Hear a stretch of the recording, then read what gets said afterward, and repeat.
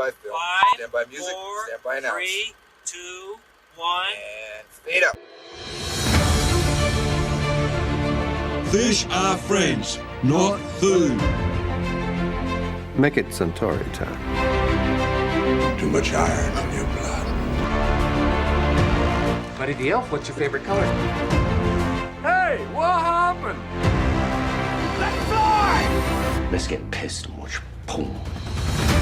Hello, you got a base. Are you saying there's something wrong with my gear? We're going streaking!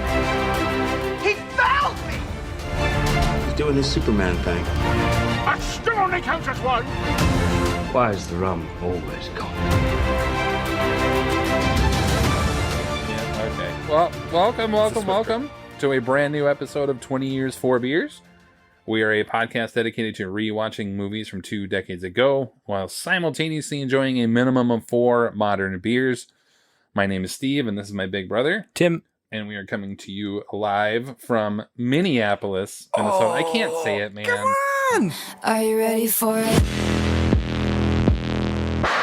Swiftyapolis is just weird. Swiftyapolis. This is the worst decision. I think that was pandering to the Swift fans, the Swifties, and I get it, but come on. Taylor Cities was sitting out there, right? Or, I don't know.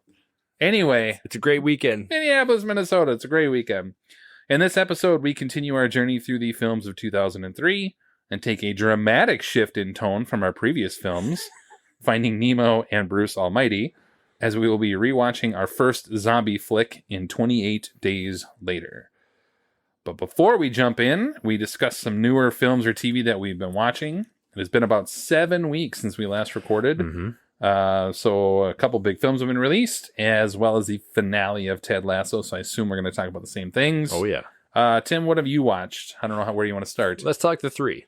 There you go. So let's do Ted Lasso. Let's do it. That's first on my list, actually. Yeah.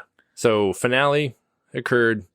It might be just one of my all-time favorite shows. Sure. It's so good. Yeah. It landed everything that I wanted it to. It is one of those things we've talked about a little bit, that it probably was benefited by the timing of it when it came out. The timing. Like irrespective of how great it is. Popular either way, but the fact that it came out that 2020 was needed something like that, and it delivered, and then it got better, and I loved it. It was great. I can't wait to watch it again now that I know kind of how it all ends up. I guess we should we're assuming it's over. Yeah. It has not been announced, but it's over. Despite all the and it should be. Details. Yes, it should be. It was perfect for me. Yeah. I had thoroughly enjoyed every moment of it. Loved it. So perfectly cast. The whole show, amazing writing. It's a prime example of a show that does not need to go on forever to be great. Yeah. In fact, I think some of the best shows ever are 5 seasons or under. Yeah. I just think it was wonderful. See, it works sometimes. There you go. And then, which one do you want to do next? Let's do The Flash. Finish? Yeah, I think we'll finish that. So The Flash also came out a couple weeks ago. For me, I think we're going to end up talking more about the fans than we are the movie. I think is more than anything. But I loved that movie. I don't know about loved. I really enjoyed the movie. Yep. Front to beginning to end. I think it's a really cool non-traditional origin story. Yeah. Because it didn't start from the beginning. You actually get brought back to the beginning with your main character, and so you can get a lot of that information out there. You also got how Michael Keaton's Batman story kind of moved on from past his movies. And it moved on. That's kidding. What do you mean? What do you mean?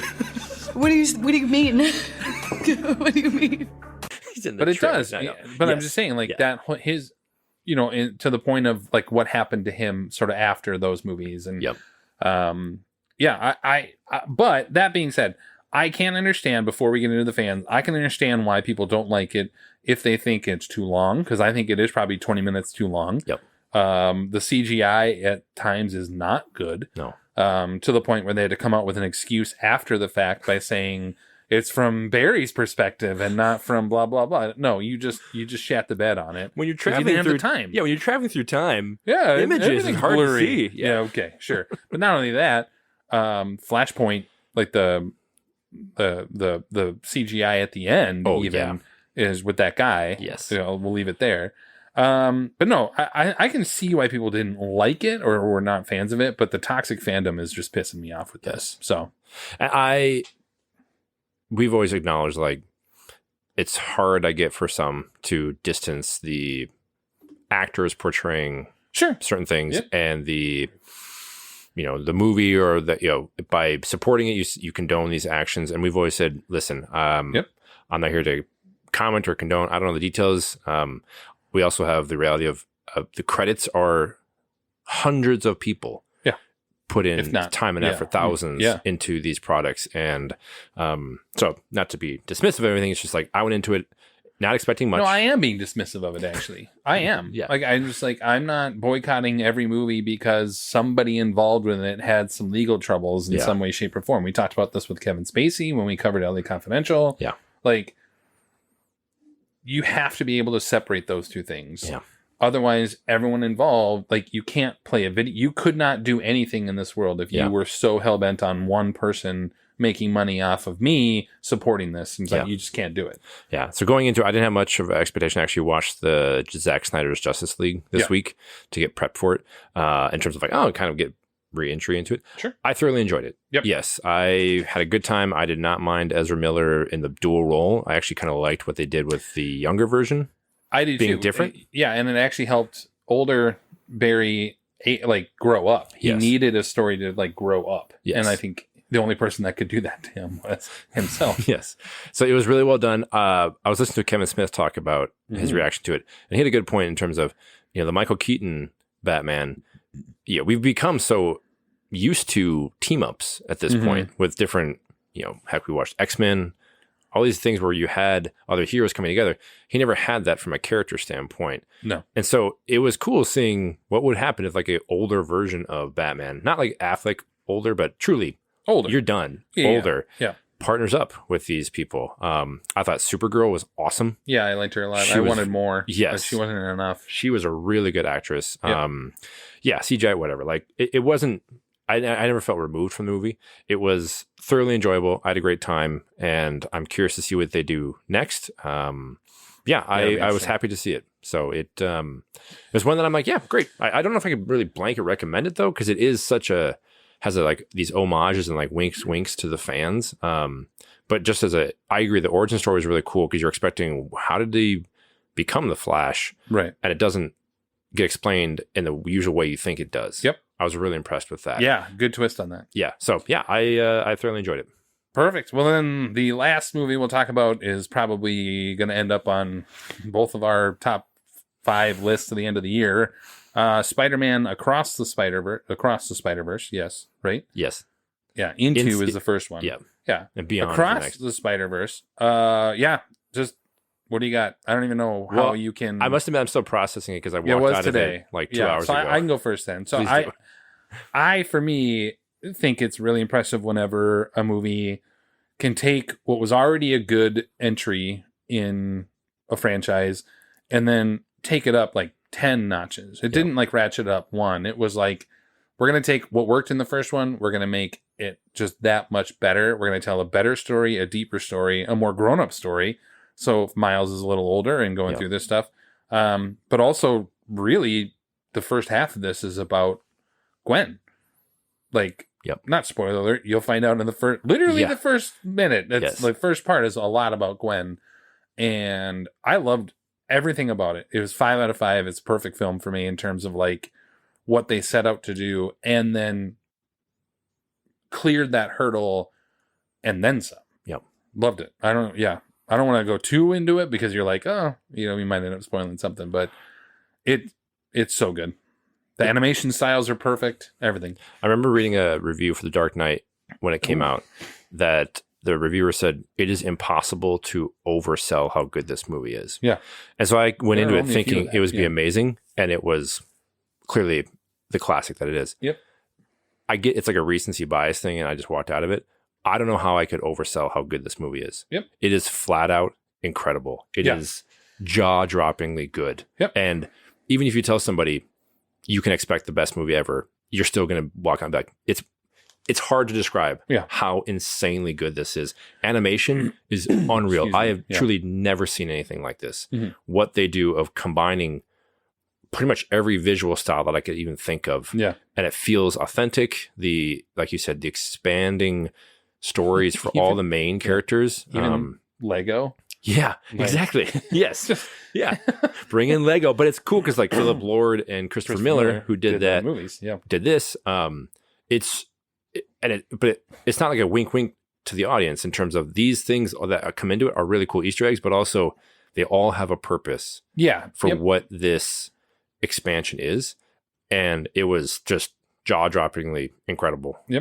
Across the board, I agree. Perfect film. I cannot remember the last time I have been truly floored by a film that I will recommend it across the board to everybody. It's easy to be in the top 5 this year in terms of how good it is. It's going to win the Oscar. If it's not, it'll be a great year for we're in movies. In for a good year for that. So well, all right. Well, thank you for coming along with us on this journey of modern times. All right. Well, as mentioned on this episode, we are going to be re-watching 28 Days Later.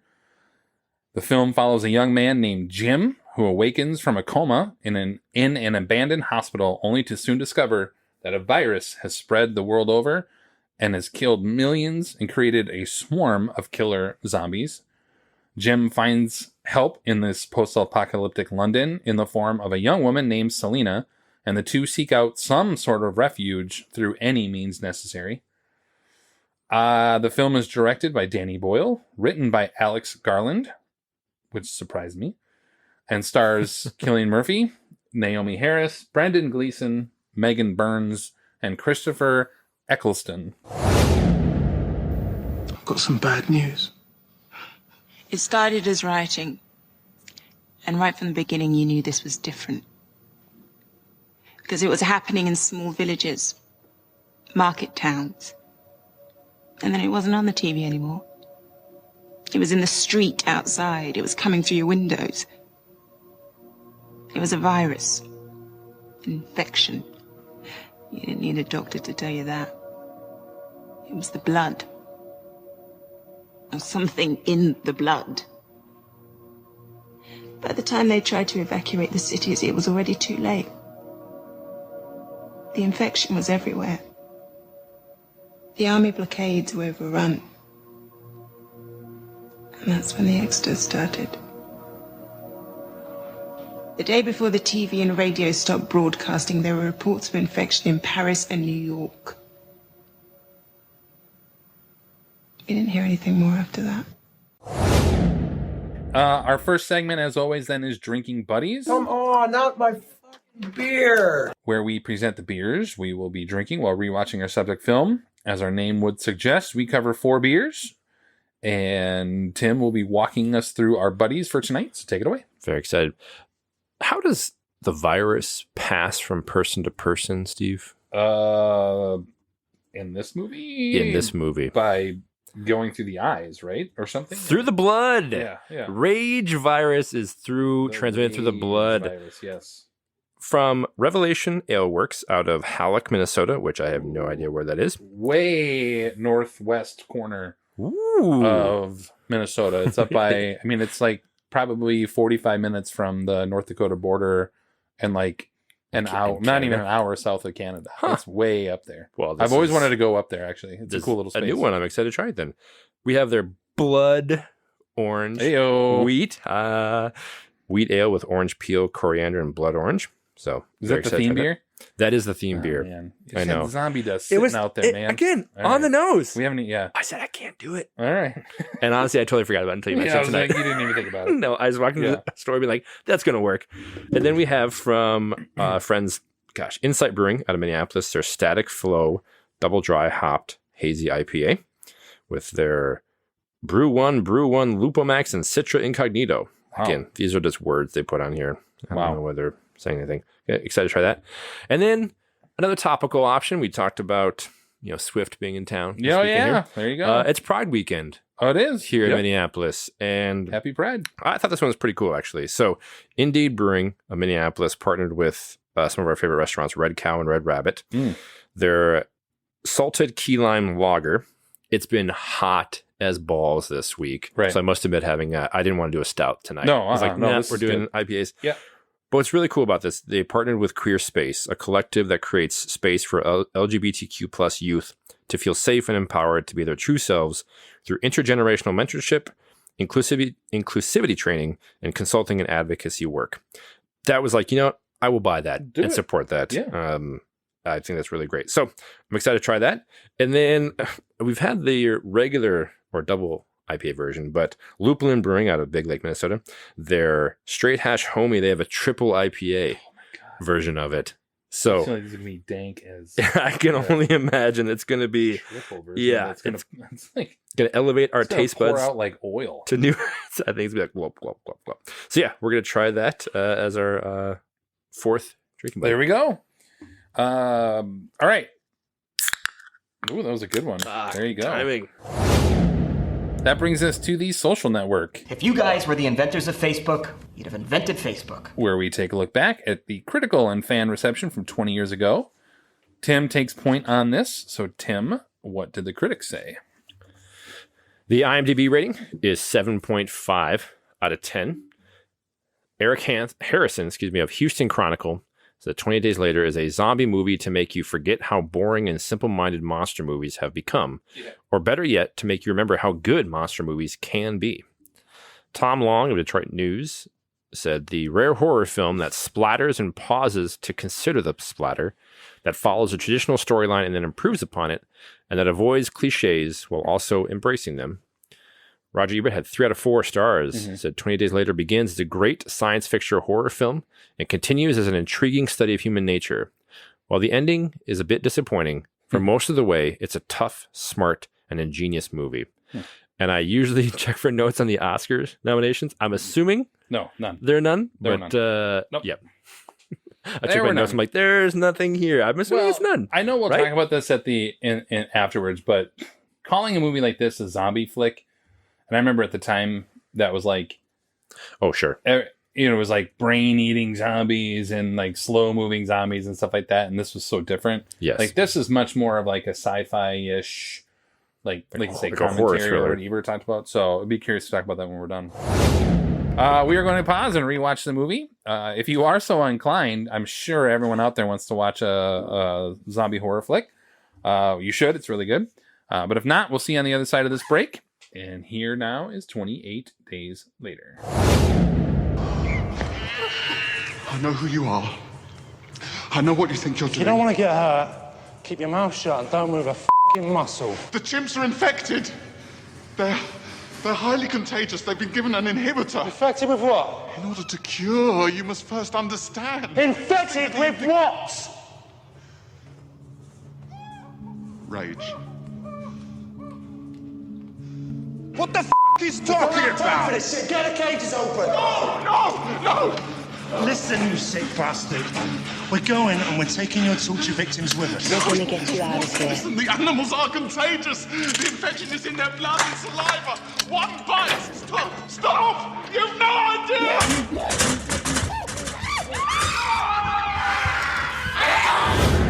Well, welcome back to 20 Years, 4 Beers, where we have just finished rewatching 28 Days Later.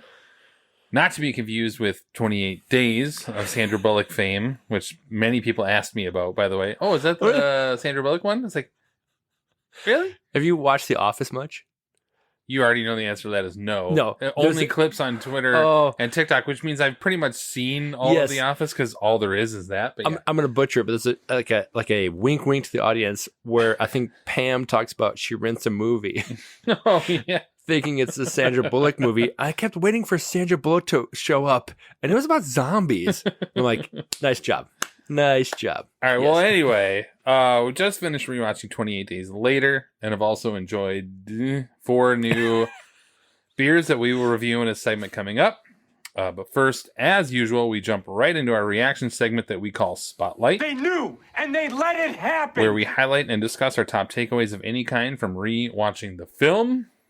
Tim, why don't you get us started? Because I did not take that many notes. Well, me either, because I love this movie. But Yeah. we teased earlier about the viewing... Our viewing experience Yes. of this. Yeah. Yes. I would say, for me, and I'll let you tell the story, but for me, it's a top 5 movie going experience. Obviously, number 1 for both of us is Jurassic Park. Yes. And we've talked about that before. This is one of my favorite movie going experiences. But yeah. So we had gotten sneak preview tickets or whatever, because Barnes & Noble, I think. Through Barnes, yeah. Yeah. At And so Southdale Theater. Yeah. So we got ahead of like the curve, if you will, seeing it. And it was incredible. Yeah. Oh, yeah. It was like they gave out like buttons and Yeah. it was like a whole thing. It was like a different kind of like vibe to it. Yeah. Yep. And we went to go see it expecting nothing. I was No. like, what is this? Yeah, this is pre like internet age buzz, or whatever. like blowing Yeah. up. It's like, Yeah. sure, I guess I'll go see this movie. Like Danny Boyle, Trainspotting. I which, like that. yeah, we knew Trainspotting. Yeah. Yep. Like, okay, sure, we'll go check it out. And it was unreal. The Yeah. audience reaction was incredible. Yeah. And like in the semi-beginning, it's like the end is effing nigh or whatever. Yeah. And it slowly reveals it. Yeah. And we're like, what is this Yeah. movie? And they gave us buttons. I always Yes. remember the buttons. GD buttons. I know. So yeah, it was so awesome seeing it at a time where I think this like had old school, even Whale Rider. I think I got sneak like for the HH episode. Mhm. Like, And yeah. and we knew that it was like, this is a different kind of movie. Yeah. I Really. mean, right away, this isn't. Actually, 2004 was the reboot of Dawn of the Dead. Yep. Spoiler alert, that'll be next year. Oh. And you know, the brain eating zombies of back in the day is what the zombie movies Yeah, were. the slow what we thought they plotting. would be. Yep. And then the rage virus here is just something totally new. Yes. And yeah, I remember just it felt nonstop like action and Yes. like ramping up the, I remember that experience. I love it. So to that point, my first thing Yep. was, yes, the zombie, quote unquote, movie clarification. I know that's it's the thing. always like, a misnomer. It's not even a misnomer. zombie thing. No. I even did it earlier because that's what it's known Yeah. as. But I don't Hence know. why I didn't They're- do zombie dust for the They're beer. the undead. Yes. Like it, but Or I the do infected. remember like this was, I think, one of the first experiences of a movie like this where the infected were fast and dangerous. Yes. Yep. And it was not the typical kind of slow plotting, they're coming for you, it's going to happen type of thing. And it was such an amazing choice of watching this, where when Cillian Murphy wakes up, and we always feel like any kind of like protagonist is a proxy for the audience. Yeah. I'm introduced to this world, even though we've seen the like prologue where these activists are going to escape or release this virus. Thanks, Greenpeace. Thanks. So you see what's coming, and so the world that he's coming into is not great. Right. But that being said, when that type of experience happens where he goes in the church thinking, what is going on? And all of a sudden it goes crazy. Hello? Yeah. And they're running at him. I do remember like in my seat in the theater, terrified. Yeah. Of this is not just the typical like, oh, we're going to come get you. It was just so amazing to see. So I always loved, it's a bit, again, a misnomer for like the zombie type of experience, but you could see this had a game changing, reality after this. Yeah. With Dawn of the Dead, World War Z, so many things. Even Walking Dead had the element of like waking up after the fact. Yeah. But yeah, Walking Dead's still a little bit of the old school. Yes. Like the But- slow moving. Yeah. But this was such a different feeling. I always remember like it was just a jaw dropping experience watching it. So love it. Yeah, the one thing I like about The Walking Dead is it's not about the zombies, it's about the horde. Like, Sure. yeah, I got more dead people than you got bullets. Like, so we are gonna come at you, and that's the scary part, right? Yes. That's where it worked when it came to that old school style of zombie. But this one, where you're like, World War Z is another one too. The fear is the speed in which they can attack. So you only need 4 or 5, to overwhelm you. Yeah, I was struck by how much I had. You don't even see the church scene is what, 20 minutes in. Yep. I mean, it is, you're 10% of the way through the movie at that point. It is not right away, and you know it's coming, but they take their time to give me the silence of walking through London and an empty London, and they really do a good job of building that world again with Jim as a proxy. I think that's what I was most impressed about, was even the opening scene with the monkeys. Like, they were fast. We get the sense of that, but it doesn't give us like, it does a great job of establishing how quickly the rage virus can spread right away through you. It's just right away. So you get that, and then it's just done, and then it's like really quiet. And so you talk about Walking Dead is the same way, is when Rick wakes up. Yep. In the hospital, and it's like, dead inside or whatever it says on the door. Yes. And really good. I will say, for me, moving beyond that, the one thing I thought for me, if it were just Jim and Selena, it'd be like, okay, fine. Finding the apartment with Frank and Hannah is what turns this into, from a zombie film or whatever, to a human interest story. It brings it, because it lets Selena understand that there's more to this than just surviving. And it's like, and when they find Frank and Hannah, that's where the story kicks in. That's where like the heart of the story kicks in. Yes. I thought everything before that was like, oh, it's kind of world build a little bit here. The story kicks in there. That Frank and Hannah storyline, forgetting also how I knew Frank turned, I forgot how. Yeah. With the single blood drop, I was like, oh my God, I forgot about this or whatever. Yes. He wasn't bitten. He wasn't any of that. Like, one of the more creative deaths. Yes. Really in film history. Because you knew he was going to die. Yep. Especially when Jim wakes up and calls him Dad. Yeah. And you're like, okay. Yep. He's going to die. Tragedy awaits. Tragedy awaits this guy. Yes. But how? I was like, oh my gosh, the just randomness of that. But no, that Frank and Hannah storyline to me is what shifts this to memorable 20 years later, because it's not just those things. If it were just those without the heart to it, it just wouldn't be memorable to me. But I love that shift. Yes. The tragic. So yes, I love you mentioned that, because when they, Jim and Selena go up the stairs to try and escape. Yeah.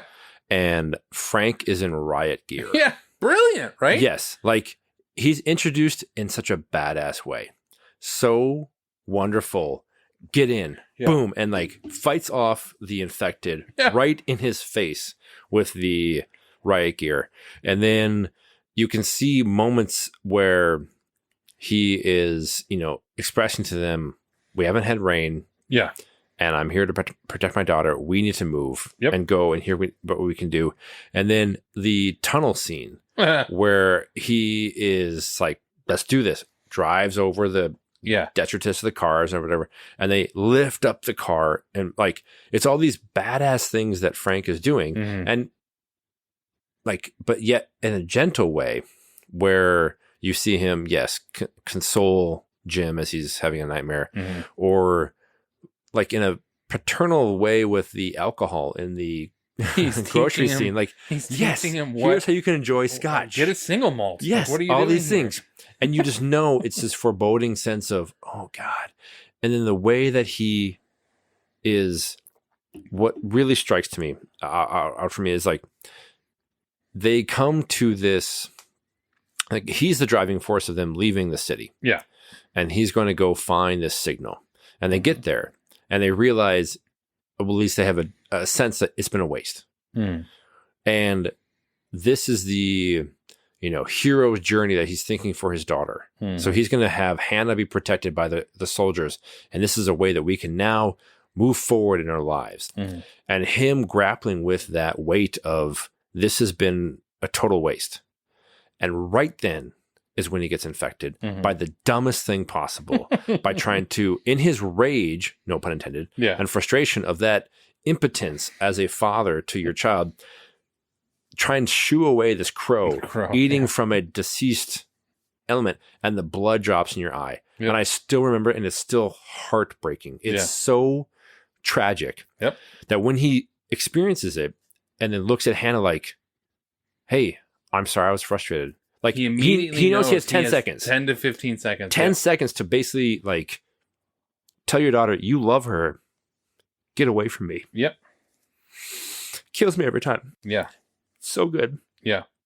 So yeah, I agree. The movie's a great world building because you have Selena and Mark, the random dude that are surviving and helping Jim, i.e. the audience, learn the rules of the Mark's world. story is really good, by the way, too, because they don't show you they don't show you his background. He just tells you why Jim is lucky to be in this situation. Yes. That story is really good, but sorry. Yeah. Yes. So like that whole, like, it's just information overload at that point. Yeah. And then, yes, when Frank and Hannah come in and it totally shifts to, okay, we can now have like moments of levity and lightness. And they have like the grocery store scene, which is great. But yes, when Frank dies, it is so unbelievably tragic that's what I love about this movie, is that it's the things that pay off for his story to end. And you would expect, well, the cliches would be like a sacrificial element. Yeah. He's going to lay on the tracks for the greater good. And no. It was an accident. Exactly. Yeah. A stupid thing. And that's what I love about this movie, is that it plays with conventions and twists them so well. I do kind of, this seems weird, I do kind of wish that Jim did kill him. Yes. Like, to protect Hannah and Selena. I mean, I get why they didn't. And, like, Jim's first real kill was, I mean, he had the boy, but he kind of had no choice there. But his real, like, kill was later, and, you know. It still maintains his, like, innocence and, like, oh, gosh. But to, like, I don't know. But anyway, yeah, that whole thing, it is heartbreaking. I like, too, that Frank was immediately welcoming. Like, you know what I'm talking about? Like, it wasn't like, because in other films, it's always like, we're protecting our own and you have to earn your place here. But it was, that would have been, 2 years in or something like that. They're only 4 weeks into this. So I feel like it's more like, the more the merrier, man. Yeah. We need people You're not here. infected? Yes, exactly. It's like early on. Yes. Versus, 28 months or 28 weeks later or 28 months later, which is a pre-production. But like, or possibly being made. I don't necessarily have a pivot off of that, but one thing I was struck by was production designers are an underappreciated part of film. Underappreciated. Yes. You have minimal budget. Now go make it look like... Now, this was a higher budget film for Danny Boyle, and they made, but still, I bet a lot of that didn't go to the production design. No. Like, all of the set pieces here, even small ones like the little convenience store or whatever it is, but the apartment complex, the grocery carts, the grocery store. The production designers are underappreciated in film because you have such a small budget and all you have to do is, by the way, make it look like a post-apocalyptic London. Go. Yes. What does that look like? Yes. The attention to detail in some of these, because it's not, I actually think it's almost harder for 1 month into something. Yep. It's almost like, to me, like The Last of Us, which we both loved and it's amazing. Yes. You're 15, 20 years into a global thing. Yes. Like, it's almost easier to be like, make it dilapidated. Like, just overgrown, overgrown everything, burnt to shit, whatever. Well, this is like everything looks normal. Yep. But off just a bit, like just a little bit. Something has to be made to protect the remaining humans. No go. Yes. We don't know what that looks like. Yeah. I just don't know. So production design, outstanding. Well, the opening sequence where he is walking across the bridge. Yeah.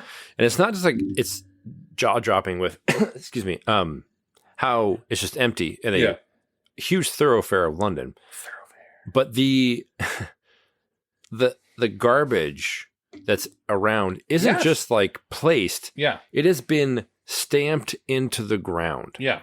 Like walked on, trotted on for 4 weeks. Yeah. Presumably by either survivors or infected. Yeah. Yep. And that to me, I agree. It's a key difference of just, we didn't come in the night before, dress it up, and now it looks like, oh, garbagey. It looks worn down. Mm-hmm. And that to me, I totally agree. Like watching those segments and the production value of the time, like in the church, we're all laying around and it looks dead. Mm-hmm. I agree. It's not just like, oh, it doesn't feel like this was a window dressing for a movie. It feels 4 weeks of just degradation. That church, man. You just go like, because they're all laying on each other. Yep. They're dead. But that's my thing. It's like, not all of them are dead. Some of them are obviously infected. Yep. But clearly people had come to the church to pray or whatever, and one infected got in, and then just like spread, and now they're like 4 or 8 left. Yes. It's just like, but then which ones, how do you lay here, and which ones are here, and how do you do, like, just the planning on that is so impressive. And I understand that that's what they get paid to do, like, but still, production design is outstanding. I agree. And to me, playing off that from like an aesthetics perspective, I still love it. And I think it's an incredible choice that it doesn't look like a movie. Like it's like it's almost found footage, but not. Like it's just that grainy style of like the digital kind of grainy look, cinema veritas or whatever, like just a genius decision by Boyle and the cinematographer to have it look like this is just like falling apart. Yeah. It has no glossy appearance. And I love that. And only thing that changes is like the final sequence when they're having a rescue. And it looks like a movie at that point. Yeah. It's a shift. But everything prior to that is like the grainy, I've been filming on my phone of 2003. Yeah. Yep. Like that to me was always a standout where this movie looks dirty. I wonder if they only had a budget for some CGI, like the explosions and like we gotta save some money somehow. I don't know. Use your flip phones. Yeah. Knowing, not like you and I are like Danny Boyle historians, but knowing Danny Boyle and his passion for film, you know that was a conscious choice to film it in such a way. Absolutely. And that Jim's dream or sort of like daydream of his family, that was shot in Super 8. That was actually, it wasn't like edited. They literally shot with a Super 8 film to make it look like an old school family, home movie. So I mean, there's obvious cinematic choices there. Yes, and it totally pays off. It works for what they're trying. I always remember watching me like they were so smart in how they were trying to film that vibe they wanted to have. I think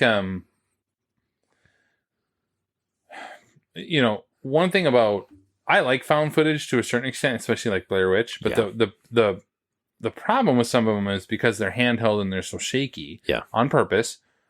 Like I would rather have a movie like this that is like grainy, sort of like underdeveloped feel than like a handheld, like Cloverfield. Yeah. It works for what they do it for, and that's the point. But I'm so glad they didn't make that decision to make it seem some sort of like found footage thing. Yes. Or like this is just the way they did it. It's great. I actually don't have a ton of points. I have one sort of main one that'll go into my verdict in a little bit, but I will say I appreciate. This is a good example of the best, really the best in history, horror or suspense or sci-fi, deep films or whatever. They're never actually about the events that are on screen. It's never about, like, I think that's my problem about modern perception of comic book movies. Yeah. It's not like you get hung up on the source material or that sort of like, oh, it's a zombie film or no, it's a comic book film. No, this is a human interest. There's something deeper to this. It's really the only way you can truly get to the human nature is to pull the rug out, right? It is. And that's what movies like this especially do really well is Selena is just a survivor. She's just like, I don't care who I have to outrun, who I have to clip, I am surviving. Yep. Jim is sort of like, I don't know what I'm doing here, but I guess I'm on my way. And because of that, he brings her into this humanity piece. Yep. And then they meet Frank and Hannah, who are like, there is good in this world still. And then immediately they meet the evil in the world, which are a bunch of dudes who are thankfully not Americans. Thank you, like true Reign of Fire style or whatever. Like that's what I like is this sort of human nature is what happens when you have a bunch of men and two women. Human nature is what it is. That's what this movie is about. It's not about the rage virus or any of that kind of stuff. It's literally about what do humans do when the rug is pulled out from underneath them and they go back to their like cavemanish instincts or whatever. To me, the best of them are like that. And this is an example of that. I think, and with all due respect to our big man Raj, where he talks about, and the ending, I was like disappointing. Really? I think the third act is essential. Yes. For this what was movie. his goal here? Like, you're right. Any type of world-ending type of story or post-apocalyptic, especially when it comes to the zombies, is always a means by which we're going to have social commentary introduced on in a world-ending event. What do people do in those elements of crises? And yeah, we already mentioned it a couple times. Walking Dead is a ton about that. Yes. Yep. Yes. And I love that show until like the 5th season. I had to give up because I'm like, okay, this is dumb. It's gone off the rails. But it's so essential for this movie because these type of like survival mode elements are well and good. And they're really interesting from a movie going standpoint. We talked about how compelling it is and it's interesting. It's edge of your seat. It is terrifying. But two things come into play in the third act that are essential. Okay. One is the introduction of the infection has not gone beyond the island. Yeah. And the doubt, the idea is the only thing we heard early on was that just before the blackout, they had heard in New York or whatever, there Paris, were reports of. Yes. And in a post-pandemic world, oddly enough, we think, oh, really? Like, it's not going to happen here. And it does. So, although we, as Americans, we know they would have just shot all the. They'd be like, and just shoot them. We're done. Just be done. Yeah. But when Jim is trying to escape after being, basically tried to be killed by the military guys, and sees the plane contrails, I love that. Oh, and I love that. It's right there saying this is not just surviving to get off, or to obviously protect those who have come to love. We need to get off the island. Like, that is a different level of survival. It's if we can do this, we can get off and the infection's not there. Because clearly the world has still survived. Yes. So that's one element. Yeah, that's an underappreciated reveal in this movie. Where he very lays simple, there. just jet going overhead. Like, it's like, what? Exactly. The world has still been on. Like, so that to me was always impressed about the movie. Whereas it wasn't just a world ending. It's like, no. It is a very geographically specific ending area. And the second thing is to the level of the military feeling like the worst of our human impulses come to play. Yeah. Where, oh my God, you can feel it really when they get to the compound. Like something is off. Like, this is just feels like, I don't know about this. But then when the captain or whoever says, I promised them women. Yep. And it's like, it's a very throwaway, quick line. Yeah. But then he's like, oh, yeah. And there's no shit. music in the background. No, not nothing. like, Yep. boom. It's Yeah. like, oh, God. You are Yeah. And totally he's screwed. expecting him. He's giving him Lagavulin 18 or 16. Like, Yeah. yeah, you're going to We're having a agree drink. with me here, Yeah, right? right? Here you go. Yes. I've kept their horrible impulses at bay because they were going to kill themselves. And yet, I can see it. Yeah. Just from a human Yes. nature standpoint. Absolutely. Yeah. They Again. in their world, it was over. Yes. Because Manchester was burning. They're just like, we Yes. have nothing. There is nothing in the world. Well, how would they know Yes. that the rest of the world was still surviving or more of the world was Right. surviving? Yeah, I don't know. And that's what, to me, any criticism about that shift that clearly happens in the last third of the movie Yeah.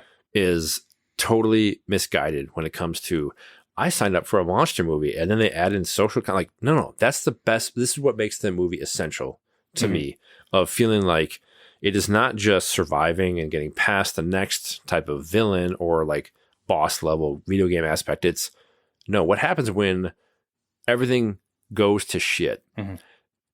How do humans react? And that to me is so great, where you have this power and seeing them when Jim is brought away and then draws them out with the like big siren thing. That to me has a rallying hero aspect. Mhm. If it was just him or any of them beating some, giant horde of infected, it's not compelling. No. It's not. The best of them are always the human. Yes. Yes. Yep. Like, not to spoil Last of Us, if you haven't seen it, that's what's great about the finale. Mhm. It's not just In fact, most of it. yes, There's very little about the infected in Last of Us. but Yeah. the finale is incredible because when Joel finds out what they're trying to do, Yeah. that final sequence is jaw dropping incredible. Yeah. Because it's not just, I gotta beat off the, kill off the infected. It's like, Wait, what? yeah, I know. Yeah. Phrasing. Kill off the infected. It is so anyway. The things we do to survive, Tim. I gotta beat off the infected. I promised them women. So that to me, I feel like the shift is essential Yeah. for this movie to not just be like, oh, that was fun about like surviving an apocalypse. Like, no. They were overcoming the worst impulses of humanity. Yeah. And the Love killing it. of humans is always something like in zombie movies who are just arbitrarily killing the infected or the Yes. dead or whatever. You're like, Yeah. okay. There's Yeah. no No. there's no sacrificing of your soul kind of element of taking another life. That Mhm. life's gone already. Yes. So it's just like, okay. Yes. Even when Jim does take the life of that kid, you can see it in his eyes. You're like, Yes. this is not a human No. anymore.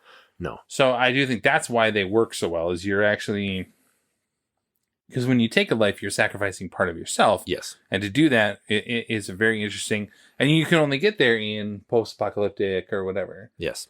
I don't have many other points, but it does strike me the comparison of 20 years on, Cillian Murphy, we've got him sacrificing himself to a bunch, or not sacrificing himself, but like protecting somebody else with a bunch of people who are the worst of humanity. And then A Quiet Place 2, he does the same thing out on the dock with the dive. the dive. He's doing the same thing. I'm just like, come on, man. There you go. Worst of humanity. So, But I don't have any other points. Go ahead. last thing I was going to say is, Yep. it is crazy to think about in that, 2003, that a movie studio put that, all this money and hope into Danny Boyle, who really had some success, but not like, wow, this is a big deal. He had an indie hit-ish with Trainspotting and then The Beach. The But Beach, yeah. yeah. And you put in first timers like Cillian Murphy and Naomi Harris that no one has primarily seen before. Like they had small like actor things and like small bits, but these were their major. Or Brendan Gleeson. Yeah, exactly. Like major film debuts for so many of these characters and actors. And I just love that a studio would put that hope and faith into like, this is going to work. And it, to me, holds up. I would say, I mentioned it in the Bada Boy podcast, but when the quarantine began, and it was, let's just watch movies because I don't really care about like, that's right. We watched 12 Monkeys, and then 28 Days Later because alphabetically, the numbers came first. And those are the ones I owned. Never a good idea. And then once in a century pandemic to start in those two movies. So I watched this 3 years ago, loved it, and still love it now. Yeah, I agree. Yes. All right. Well, as we close out our Spotlight segment, we come to our final takes called The Verdict. I'm going up there. I'm going to try it. I'm going to let the jury decide. This is where Tim and I give our final verdicts after rewatching the film and decide whether or not the movie held up over the course of 2 decades. Once again, we find ourselves in a situation where I think we know where we're at with this, but you go ahead. Tense, tight, and terrifying. Ooh, alliteration! Wait for it. 28 Days Later is a masterpiece of a monster film, made all the better for its commentary on our worst human natures in moments of crises. The aesthetics, attention to detail, and breakout performances from Murphy and Harris, with heartbreaking moments of lightness amongst the carnage. The film is engrossing, tragic, and all around incredible. I effing love this movie. 4.5 out of 5 for me. It just is a classic amongst my view. So I agree. I definitely don't have any alliteration, but I will say, like, for me, this movie was a seismic shift in what neither of us were necessarily horror fans growing up or anything like that. Suspense, sure, or whatever. This was a seismic shift for me of saying, oh, this is what the genre can do, because it always was just run faster than that dude. Yes. But when those dudes can run faster than you and swarm you, what do? Right? And how quickly that can shift. It was just this seismic shift. But then also, for me, it was the understanding that none of these movies, even the old school, the brain-eating zombies or whatever, they weren't about that. They were always the Dawn of the Dead, Day of the Dead, those early zombie films were always they were anti-nuclear films. They were about, and so when this comes out, and for us, it wasn't anti-nuclear, it was anti-virus, like SARS. Medical enhancement of things. And now we're here 20 years on after a global pandemic that is arguably a result of those things. And then you hear stories about, scientists are creating bacteria that can regenerate flesh. And you're like, have we learned nothing? What are you doing? So for me, this film is that seismic shift of understanding. It wasn't about, because when we grew up, it was anti-nukes or whatever. But now, somewhere along the line, Alex Garland is on weed somewhere and just and is like, no, it's not about that anymore. It's about this. It's about the medical side. It's about this industry that is doing this. Yeah, that's what it was for me. I echo everything you said to me about this. It is a 4.5 out of 5. In the genre, it's almost a 5 out of 5. Yes, because if you were looking for a suspenseful sci-fi or sort of kind of horror film, you can't do much better than this. Absolutely. You really can't. So I have a 4.5 out of 5 as well. It's awesome. Although I must say, cinematic seismic shift is alliteration. I didn't say cinematic seismic shift. You said seismic shift. I'm just saying, I'm just going to plant seismic shift that, is a common phrase. That is a seismic I'll walk you shift. there. I did not say cinematic. Do not put big words in my mouth. That in my mouth. No. All right, well, with our reactions to the movie out of the way, we move on to our reactions to our beers that we drank while rewatching the movie. And that brings us then to our beer reaction segment that we affectionately call Drinking Buddies, the sequel. Let's get weird. Where we take a look back at our beers and give our obvious expert ratings. Tim, bring us back through our unimpressive beers. But we'll see. What do we got? What do we got? Revelation Ale Works, and I say now that I look at their can, they do have a picture of the state It's up there, man. With Halligan as like the upper it's up northwest there, man. corner. Wow. They have much better beers than this. Let's just be fair. All right? I'm much better. Cautiously optimistic. Yes. Yeah, they're blood orange again because they talk in the movie. They talk The about blood. like, it's blood orange wheat ale with orange peel, coriander, blood orange. It's a 3.25 for me. It's not very prominent. It's palatable. If I was outdoors when it's hot as balls this week, sure, Hey-o. sign me up. But it was just fine for me. Yeah. I have a 3.75, probably because we were eating pizza at the same time, and so it's like, it's totally fine. And all of these beers, I will say, before even giving my ratings, they got better as I drank them. True. My initial reactions to almost all four of them were like, okay. And then they got a little bit better as we went. But I had a 3.75. Initially, I had a 3.5, but then we had the next beer, and I moved it up. Speaking of that initial, like, Static Flow from Insight Brewing out of Minneapolis, their double dry hopped hazy IPA, which again has the Brew dash one. I wouldn't drink it based on even looking at this can with these freaking hops. Lupo Max and Citra Incognito. Ugh. I get, hey, a movie about, genetic splicing. There you go. And trying to explain things. That's a better one than your pseudo hop, theme beer. I did not like it at first. No. It was I almost was like, I'm done. I can't do this. I was like, I don't think the flavor profile works for this. But then it slowly warmed up in the sense of, I'll give it a 3. I was like, okay. I finished it. That was good. I did too. Yeah. But I must say, I will not seek it out again. Yeah. I was looking on Untappd, and it's like a new experimental. Sometimes experiments work, sometimes no. Okay. Have you ever had a beer when it says experimental? I almost am starting to avoid it. True. When they say experimental, I say F you. Yeah. Like, that's you telling me, no, be brave. Yes. No. Yeah. Make a better beer. If you have to throw experimental on it, I think I'm done with those. Yeah. Like, experimental IPA. Eat a bag of dicks. Yeah. I'm so tired of this. I had a 3.25. Yeah.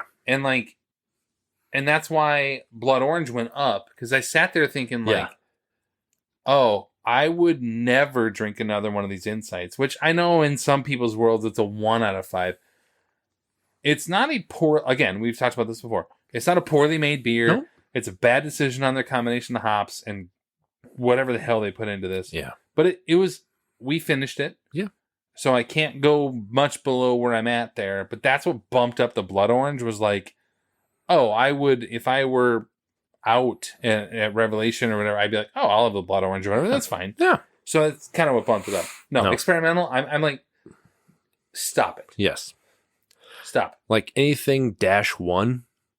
Like that's what it was like. Something brew -1. Stop. Yeah, what is that? BRU. Like, what? It's like grown in a lab? Yes. Can't stand probably it. Was, yeah. So then we had Indeed, Yep. Minneapolis, their Queer Space Salted Key Lime Lager. Yep. I had a 3.5 for me. It was a nice base. There were times where it and they do the pistachio cream ale and other ones. Favorite. I love it. Yep. And they have like variations. They can at times feel a bit kind of cloying or too sweet. Yeah. To me. And it came in waves with this. I liked it overall. And it was nice for the time of year as far as like, it was a sea salt, key lime. It worked. So 3.5 out of 4 or out of 5 for me. Sorry. Yeah. A very inappropriate thought there, so I'm going to leave it there. I have a 3.75. What frustrated me most about it is that they did it as a lager. Yeah.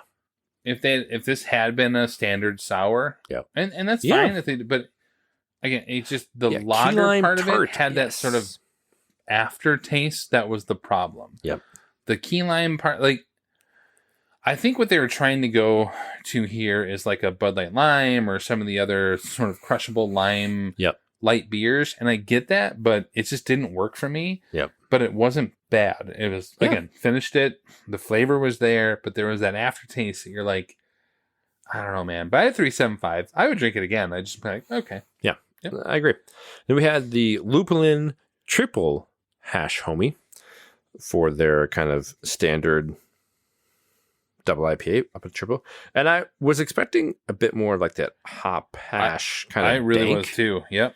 Had a much more like malty type of like a real triple or double IPA. Yeah. So I was pleasantly surprised by this. It wasn't overwhelming. A 4 for me, actually. I thought like, all right, I was very happy with this. I agree. It was 4 out of 5 for me as well. Initially, I was like, oh man, I'm not a big fan of this. And then it kind of got better and better. But I think that's why. I think I was expecting that sort of like hazy bite to it. Like, okay. Just stop it. Yep. 4 to 5. All right. Our final segment of the episode then is Quiz Show. The exciting quiz program, 21. Where in our research for the film, we find some interesting trivia nuggets that we hope will stump the other and possibly intrigue you, our dear listeners. I have a couple. I did not do a great amount of research. A lot of times something comes up during the film for me that I'll like research along the way. But why don't you go first? So I have 3. With the upcoming Oppenheimer film, which I cannot wait for. Oh, yeah. Yep. Cillian Murphy and Christopher Nolan, director, will have worked together 6 times. Sure. Can you name the other 5 films they worked on Aside from together? Oppenheimer? Yes. So there's 6 with Oppenheimer. The other 5 are which it's ones? all 3 Dark Knight trilogy. Correct. Batman Begins, Dark Knight, and Dark Knight Rises. Yep. He was in, so I'm missing 2 then, right? Correct. Inception. Yep. And then he was in Dunkirk. Nice work. So 6 total. Yeah. There you go. Fantastic. Nice. Cha-ching. Yeah. Yeah, because he's worked with Danny Boyle I guess technically 3 times if he does 28 months later. Yeah. Because Danny Boyle is on for that, but he's only done this in Sunshine, right? Like they were in the, okay. Oh, did I ruin your next one? Sorry. You did. Oh, God. I'm sorry. Not that exactly. But okay, it's well, good. we'll talk come about back to Sunshine it. in a minute. Okay, so Cillian Murphy was the 3rd choice to play Jim. Wow. 3rd. The role was originally offered to Ewan McGregor, obviously our train spotting buddy. Makes sense. But he backed out after he and Boyle had a falling out over The Beach, casting Leo over Ewan, because Ewan was actually wanted to do that, and they cast Leo DiCaprio for financial reasons, and Ewan McGregor and Danny Boyle had a falling out. They have since made up, so all is well. It was then offered to a young American actor who had to decline due to scheduling conflicts, presumably to make Murder by Numbers with Sandra Bullock. What 2-time Oscar-nominated actor had to back out of the role of Jim? I have no idea. Murder by Numbers. 2-time Academy Award nominated? Yeah. Oh, I am drawing a complete I'm going to give you an easy I'm hint. gonna be Just so as we'll frustrated. get there. Yeah. Because we'll just do a buzzer here. Yeah. Speaking of Oppenheimer, he stars in a movie coming out the same weekend as Oppenheimer. What other movie comes out that weekend, Tim? I don't know. July 21st? The Barbie movie comes out the Oh my exact God. same Ryan week. Gosling? Ryan Gosling. Oh my God. Yes. Ryan Gosling was offered and had to turn it down. Holy cow. I'm not saying it would have been bad, but I'm just like, very different. Oh, it would have been very completely different. Yeah. Oh my, that's fantastic trivia. I Thank love you. these like kind of like what could have happened. Yeah. No way. Ryan Gosling could have played Jim. And I think he's fantastic. It would not have worked. Yeah. I mean, they're about the same age and all would have worked from an age standpoint, and who knows. But yeah, from that cockiness, like the one thing Cillian Murphy brings to it is that sort of like meekness. Yes. Whereas Gosling always, because around this time Remember the Titans was around this time, and like he has that cockiness about him, that swagger. Well, what works wouldn't have worked. Yeah, Killing works for like he wakes up and you're a bike courier, man. You're kind of like a waste, and he has to come into that like hero type of thing at the end where it feels earned. That no. Although I will say, accent, I mean, I wouldn't mind seeing Ryan Gosling's ding dong. I mean, at the beginning. I mean, like, come on. I'm a little curious. Yeah. A little curious. Exactly. I can see why you didn't give him a... Yeah. What do we got? In what 2017 Best Picture winning film was Naomi Harris nominated for the Best Supporting Actress Oscar? Wait, 2017. Moonlight, right? Yep. Yeah. Yeah. That's right. I forgot. I kind of forgot she was in that until around here. I was like, oh, yeah. That's right. Also, kind of speaking of Ryan Gosling and La La Land. Right? Yeah. I That's so didn't funny. expect that. That's good. I actually don't really have much of a trivia, but I will say there's the scene where Jim, Selena, Frank, and Hannah were celebrating in the grocery store that we talked about was shot on a very ominous day in 2001. Oh, September 11th? Yeah. Oh, really? After the events, they then showed up and filmed a celebratory scene in a grocery store Of a post-apocalyptic. of a post-apocalyptic where I was like, oh man, they all felt kind of weird, but they're like, well, we got to do this now We because gotta this is when film we got it. Yes. Yeah. All right, what do you got on Sunshine, Tim? So, director Danny Boyle would work together again with lead actor Cillian Murphy, composer John Murphy, screenwriter Alex Garland, along with one of the actors from our Happy Hour episode to come, Cliff Curtis, on what 2007 space thriller? Sunshine, and here's the thing. You're going to hate me for this. This is the rare thing. I don't know if we've ever had this. I have not seen that movie. Oh my God. I know. I waited just for this, for you. Oh my God. I was going to tell you that earlier, and I was like, you know what? I'm going to get Tim's reaction on this. I have somehow never seen that movie. I cannot wait to watch it with you in either 4 years' time or prior to that because, oh my God. I know. dude. You've talked about it for years, and I've always been like, I got to get to it. And I'm like, yeah, okay. You know, yeah. so I good. somehow, It's all my so good. rewatches of other movies Oh over my the years, God. and I love Danny Boyle. We've talked about, yeah. I am obsessed with that movie. Yeah. Chris Evans, I Michelle know. Yeoh, Yeah. Benedict Wong. It's so good. The guy from The Last Samurai, Rachel, not Rachel Byrne, but Rose Byrne. Rose Byrne. Oh, yeah. I know. It's so good. I know. Oh, God, dude. I know. It's one of those where you kind of go like, I'll get to it. I'll get to it. I'll get to it. And then just other things come along. All right. Yeah. I know. We're going to watch it. All right. You're welcome for that. Yes. The rare time that I have not seen a movie That's that the Tim has first seen. movie that you have. Probably. At least I'm willing to admit. Wow. All right, that'll bring us to the end of the episode. Stay tuned for our upcoming happy hour on Whale Rider, a movie that only Tim and I have seen. And for some fun episodes later this summer on Pirates of the Caribbean, Curse of the Black Pearl. Did we talk about Matchstick Man? Matchstick Man is the movie? I don't know what we're going to do. There's another one there. I'll get back to it. We'll figure out the happy hour. Another happy hour after that. And then special 30 years 4 beers episodes on Jurassic Park and Dazed and Confused. Can't wait. Be sure to find all of our previous episodes on your favorite streaming platform as well. We want to say thank you for taking the time to listen and for clicking that like or subscribe button on your devices. Find us on Twitter at years_beers and on Facebook, or head to 20years4beers.com. This has been 20 Years 4 Beers. My name is Steve. I'm Tim. And thanks for listening. Thank you. Brain-eating zombies. And they gave us buttons. I remember the buttons. Well, I got to eat off that, kill off the infected. It's like, what? The things we do to survive, Tim. Do not put big words in my mouth. that in my mouth. No. Cut! Kills me every time.